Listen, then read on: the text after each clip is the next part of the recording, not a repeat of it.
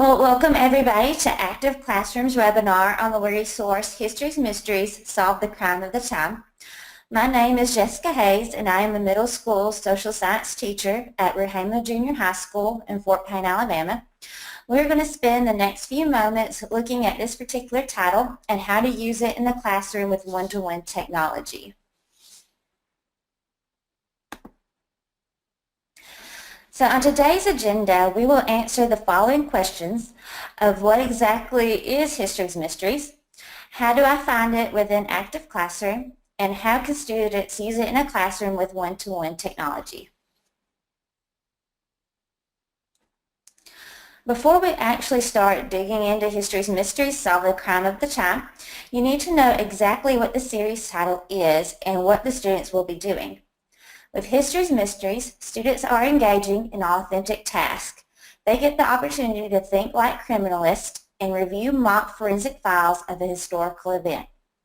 Throughout the activity, students will be gathering, analyzing, and interpreting evidence, examining physical objects and photographs, analyzing documents, and reading maps.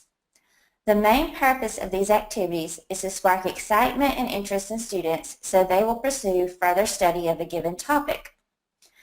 History's Mysteries works best as an introduction to a world history unit, or it can be used as a review. For today's webinar, the students are participating in the activity on Kristallnacht. To get to History's Mysteries, the first thing you need to do is log into your Active Classroom account. Once you are logged in, you will go to Content at the top of the page. Then you will click on Find Activities. The easiest way to search for titles in Active Classroom is, after you make sure that you have reset your search criteria, is to click on Series Title. It will show you all the titles you have access to within your Active Classroom account. So we are going to scroll to History's Mysteries. Then you will hit Search. Your screen will then show all of the activities for that particular title.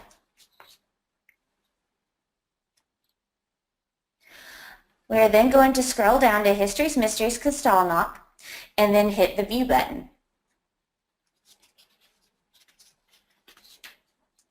A new window will pop up with everything you need to execute the activity. You will first see the home page already on the student directions. This will let the student know every step they need to take to complete the task. So this is a great way to show the instructions if you want to project them onto the board to review as a class before the students begin on their own. However, if you click on the orange link to download the PowerPoint presentation, it also includes student instructions. These activities are completed over a 2-day, 60-minute class period. A teacher's guide is provided in the table of contents that will provide full instructions and reproducibles of the worksheets the students need.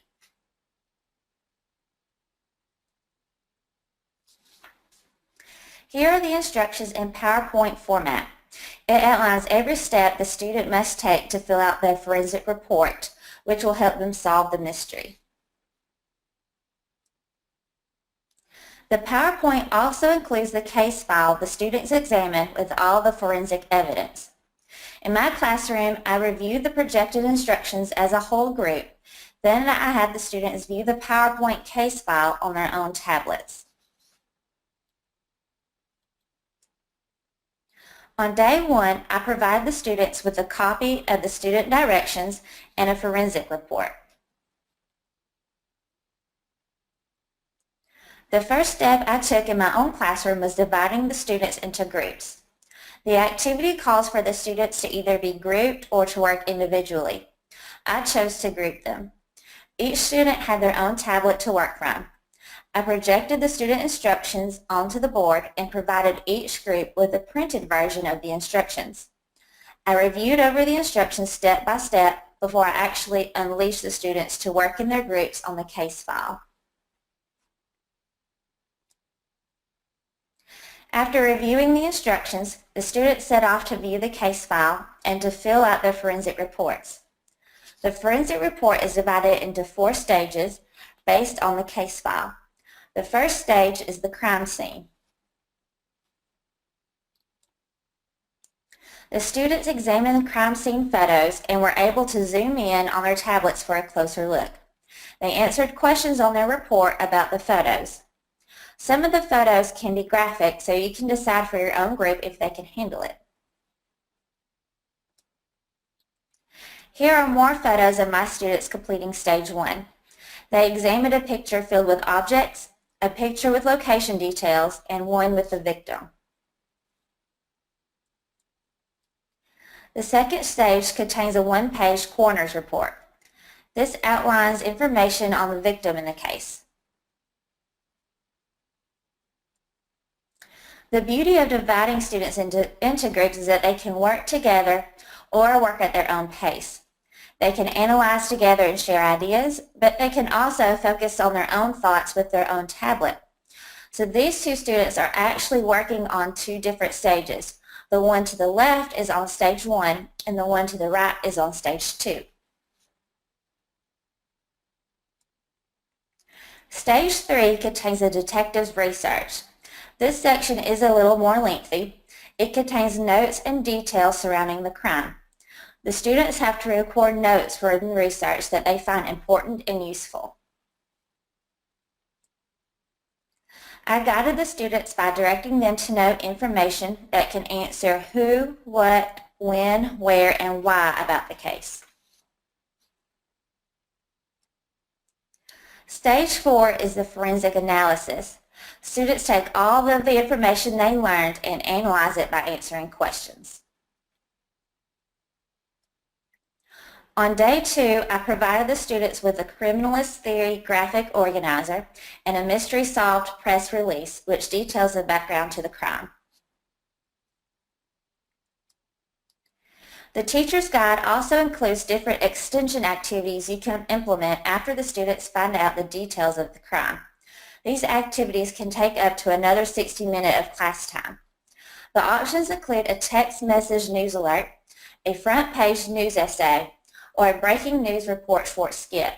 I chose for my students to do the short skit. After the students finished filling out their forensic report, they were given the criminalist theory graphic organizer.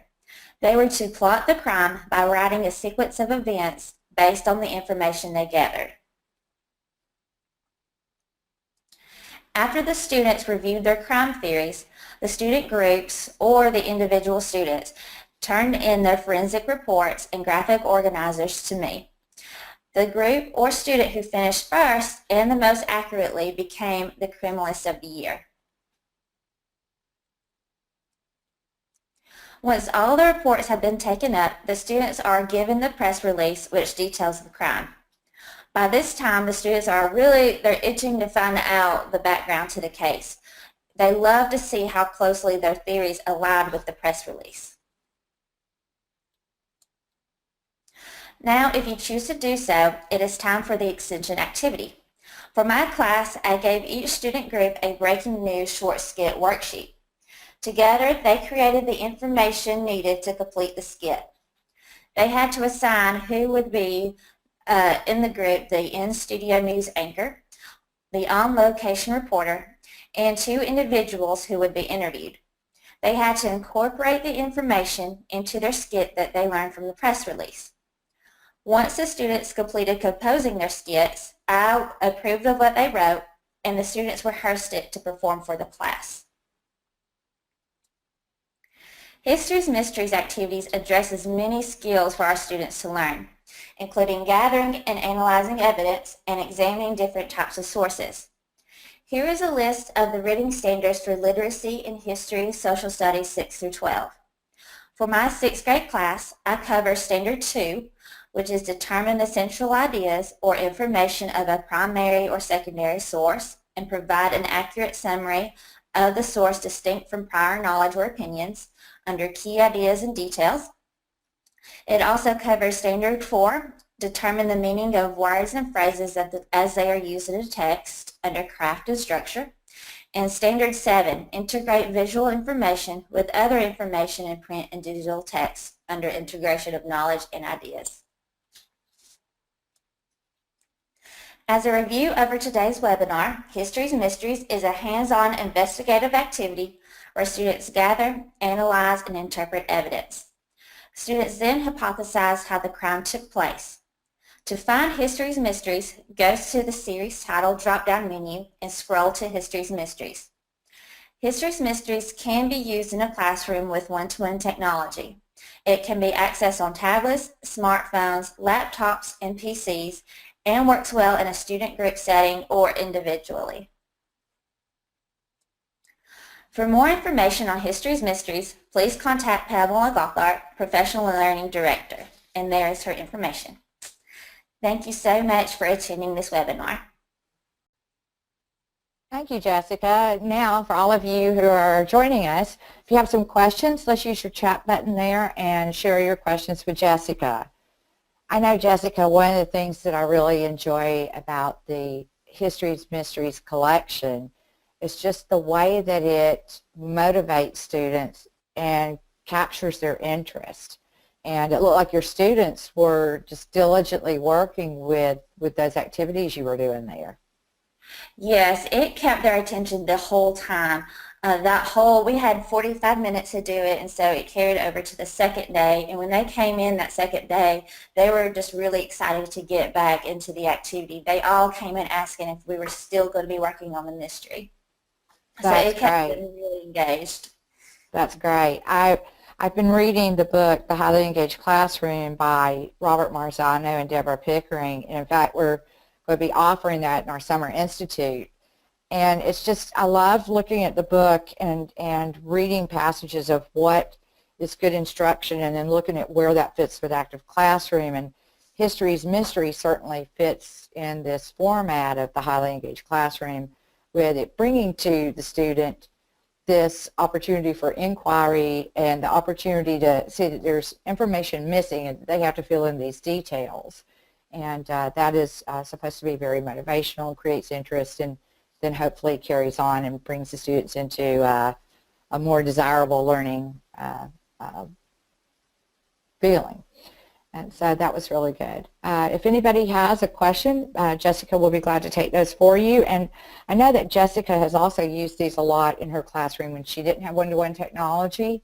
And maybe, Jessica, you could just share with everyone a little bit about how you use this when you don't have the opportunity to have the iPads in there. Yes, this was a day that we actually got to use the iPads. I don't get them to use them just a whole lot. Our school only has one iPad cart. So today we were pretty lucky to use it, or that day. But on the days that I don't have it, I would either project it onto my board for a whole class activity, and I actually recommend doing it that way at first, especially if your class is not used to doing Histories Mysteries. You could also print out all the reproducibles that you need for these activities, so you can actually have it in a printed version instead of the digital version. So Active Classroom is actually very flexible with the technology that you have available in your classroom.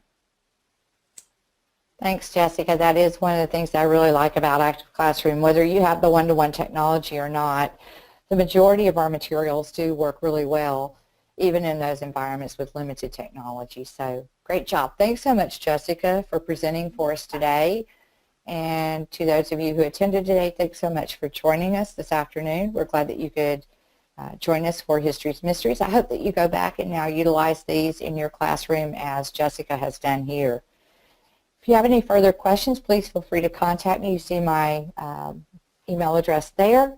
And if you have any particular questions for Jessica, I'll be glad to forward those over to her for you. So again, thank you for joining us this afternoon, and I look forward to offering another webinar probably around the end of July. We'll be offering some additional webinars at that time.